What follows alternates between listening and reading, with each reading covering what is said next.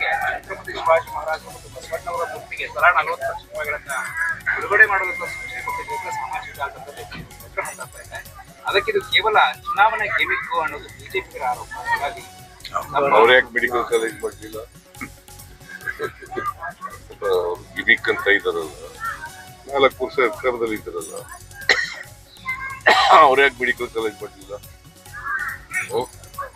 Gimmick ಹೆಂಗಾಗುತ್ತೆ?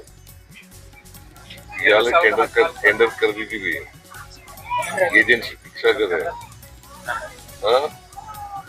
ಕೆಲಸ ಪ್ರಾರಂಭ ಆಗ್ಬೇಕು ಅಷ್ಟೇ. ಅದಕ್ಕೆ ಇವತ್ತು ಅಡಿಗಲ್ ಆಗ್ತಾ ಇದ್ವಿ.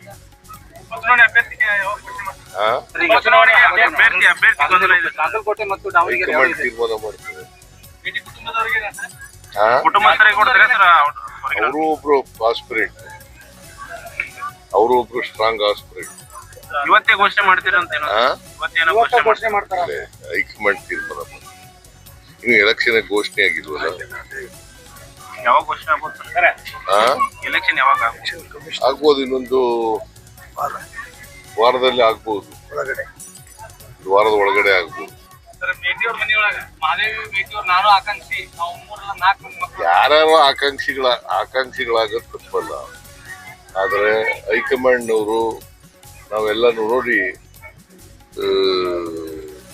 ಕ್ಯಾಂಡಿಡೇಟ್ ಅನ್ನ ಶಿಫಾರಸು ಮಾಡ್ತೀವಿ.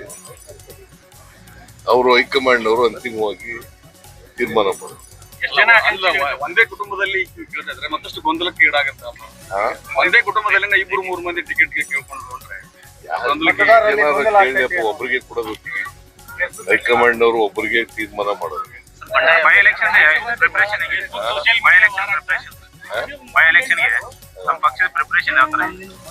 ಎಲ್ಲ ಪ್ರಿಪರೇಷನ್ ಎಲ್ಲ ಆಗಿದೆ. We are ready for the by election.